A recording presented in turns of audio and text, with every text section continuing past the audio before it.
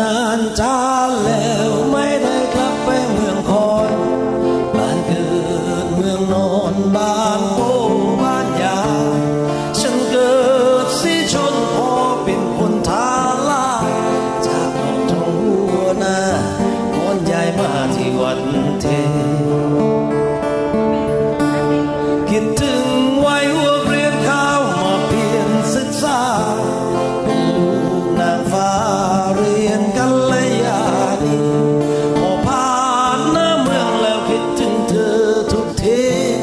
แม้ว่าวันนี้ถึง20 ปีผ่านมา